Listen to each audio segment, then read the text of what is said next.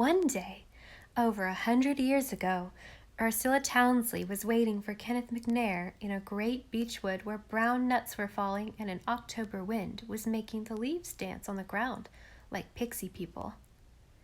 "What are pixie people?" demanded Peter, forgetting the Story Girl's dislike of interruptions. "Hush," whispered Cecily. "That is only one of the awkward man's poetical touches, I guess." There were cultivated fields between the grove and the dark blue gulf, but far behind and on each side were woods, for Prince Edward Island 100 years ago was not what it is today. The settlements were few and scattered, and the population so scanty that old Hugh Townley boasted that he knew every man, woman, and child in it. Old Hugh was quite a noted man in his day. He was noted for several things. He was rich, he was hospitable, he was proud, he was masterful, and he had for daughter the handsomest young woman in Prince Edward Island. Of course, the young men were not blind to her good looks, and she had so many lovers that all the other girls hated her. "You bet," said Dan, aside. But the only one who found favor in her eyes was the very last man she could have pitched her fancy on, at least if old Hugh were the judge. Kenneth McNair was a dark-eyed young sea captain of the next settlement, and it was to meet him that Ursula stole to the beechwood on that autumn day of crisp wind and ripe sunshine. Old Hugh had forbidden his house to the young man, making such a scene of fury about it that even Ursula's high spirit quailed. Old Hugh had really nothing against Kenneth himself, but years before either Kenneth or Ursula was born, Kenneth's father had beaten Hugh Townley in a hotly contested election. Political feeling ran high in those days, and old Hugh had never forgiven the McNair his victory. The feud between the families dated from that tempest in the provincial teapot, and the surplus of votes on the wrong side was the reason why, 30 years after, Ursula had to meet her lover by stealth if she met him at all. "Was the McNair a conservative or a Grit?" asked Felicity. "It doesn't make any difference what he was," said the Story Girl impatiently. "Even a Tory would be romantic 100 years ago. Well, Ursula couldn't see Kenneth very often, for Kenneth lived 15 miles away and was often absent from home in his vessel.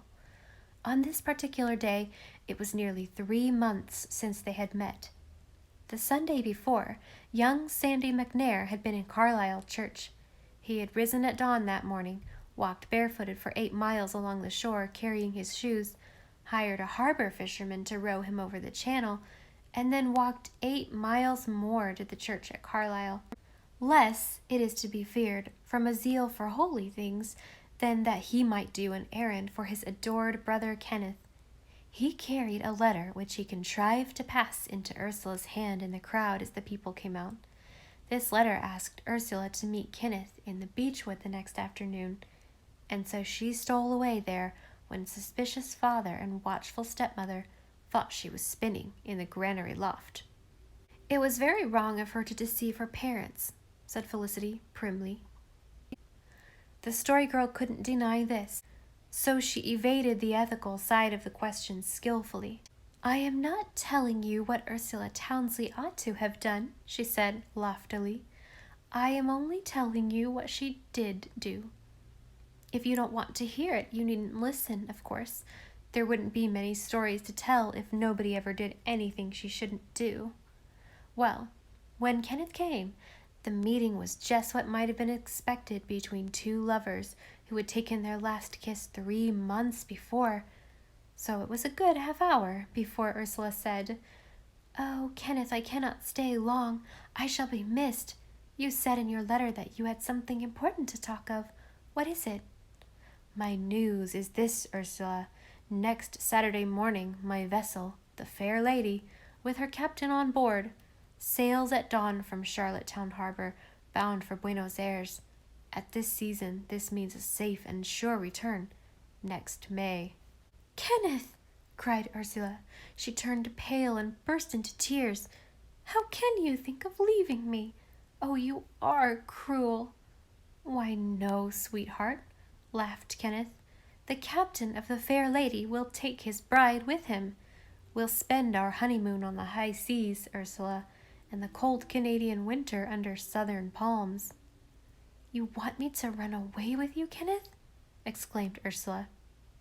"Indeed, dear girl, there's nothing else to do." "Oh, I cannot," she protested. "My father would—" "We'll not consult him until afterward. Come, Ursula, you know there's no other way. We've always known it must come to this. Your father will never forgive me for my father. You won't fail me now. Think of the long parting if you send me away alone on such a voyage. Pluck up your courage, and we'll let Townleys and McNairs whistle their moldy feuds down the wind, while we sail southward in the Fair Lady. I have a plan." "Let me hear it," said Ursula, beginning to get back her breath. "There is to be a dance at the Springs Friday night. Are you invited, Ursula?" "Yes." "Good. I am not, but I shall be there, in the fir grove behind the house, with 2 horses. When the dancing is at its height, you'll steal out to meet me. Then 'tis but a 15-mile ride to Charlottetown, where a good minister, who is a friend of mine, will be ready to marry us. By the time the dancers have tired their heels, you and I will be on our vessel, able to snap our fingers at fate." "And what if I do not meet you in the fir grove?" said Ursula, a little impertinently. "If you do not, I'll sail for South America the next morning, and many a long year will pass ere Kenneth McNair comes home again." Perhaps Kenneth didn't mean that, but Ursula thought he did, and it decided her. She agreed to run away with him. Yes, of course, that was wrong too, Felicity. She ought to have said, "No, I shall be married respectably from home and have a wedding, and a silk dress, and bridesmaids, and lots of presents." But she didn't. She wasn't as prudent as Felicity King would have been. "She was a shameless hussy," said Felicity, venting on the long-dead Ursula that anger she dare not visit on the Story Girl. "Oh no, Felicity dear, she was just a lass of spirit. I'd have done the same." And when Friday night came, she began to dress for the dance with a brave heart. She was to go to the Springs with her uncle and aunt, who were coming on horseback that afternoon, and would then go on to the Springs in old Hugh's carriage, which was the only one in Carlisle then. They were to leave in time to reach the Springs before nightfall, for the October nights were dark, and the wooded roads rough for traveling. When Ursula was ready, she looked at herself in the glass with a good deal of satisfaction. Yes, Felicity, she was a vain baggage, that same Ursula, but that kind didn't all die out 100 years ago. And she had good reason for being vain. She wore the sea-green silk which had been bought out from England a year before and worn but once, at the Christmas ball at Government House. A fine, stiff, rustling silk it was, and over it shone Ursula's crimson cheeks and gleaming eyes, and masses of nut-brown hair. As she turned from the glass, she heard her father's voice below, loud and angry. Growing very pale, she ran out into the hall. Her father was already halfway upstairs, his face red with fury. In the hall below, Ursula saw her stepmother, looking troubled and vexed. At the door stood Malcolm Ramsay, a homely neighbor youth who had been courting Ursula in his clumsy way ever since she grew up. Ursula had always hated him. "Ursula," shouted old Hugh, "come here and tell this scoundrel he lies. He says that you met Kenneth McNair in the beech grove last Tuesday. Tell him he lies. Tell him he lies." Ursula was no coward. She looked scornfully at poor Ramsay. "The creature is a spy and a tale-bearer," she said, "but in this he does not lie. I did meet Kenneth McNair last Tuesday." "And you dare to tell me this to my face?" roared old Hugh. "Back to your room, girl. Back to your room and stay there. Take off that finery. You go to no more dances. You shall stay in that room until I choose to let you out. No, not a word. I'll put you there if you don't go. In with you. Aye, and take your knitting with you. Occupy yourself with that this evening, instead of kicking your heels at the Springs." He snatched a roll of gray stocking from the hall table and flung it into Ursula's room. Ursula knew she would have to follow it, or be picked up and carried in like a naughty child. So she gave the miserable Ramsay a look that made him cringe, and swept into her room with her head in the air. The next moment she heard the door locked behind her, Her first proceeding was to have a cry of anger and shame and disappointment. That did no good, and then she took to marching up and down her room. It did not calm her to hear the rumble of the carriage out of the gate as her uncle and aunt departed. "Oh, what's to be done?" she sobbed. "Kenneth will be furious. He will think I have failed him, and he will go away hot with anger against me. If I could only send a word of explanation, I know he would not leave me. But there seems to be no way at all, though I have heard that there's always a way when there's a will. Oh, I shall go mad! If the window were not so high, I would jump out of it. But to break my legs or my neck would not mend the matter." The afternoon passed on. At sunset, Ursula heard hoof-beats and ran to the window. Andrew Kinnear of the Springs was tying his horse at the door. He was a dashing young fellow and a political crony of old Hugh. No doubt he would be at the dance that night. Oh, if she could get speech for a moment with him! When he had gone into the house, Ursula, turning impatiently from the window, tripped and almost fell over the big ball of homespun yarn her father had flung on the floor. For a moment she gazed at it resentfully, then with a gay little laugh she pounced on it. The next moment she was at her table, writing a brief note to Kenneth McNair. When it was written, Ursula unwound the gray ball to a considerable depth, pinned the note on it, and rewound the yarn over it.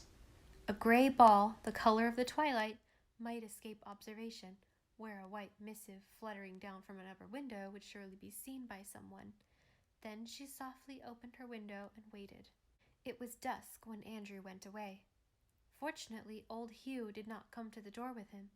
As Andrew untied his horse, Ursula threw the ball with such good aim that it struck him, as she had meant it to do, squarely on the head.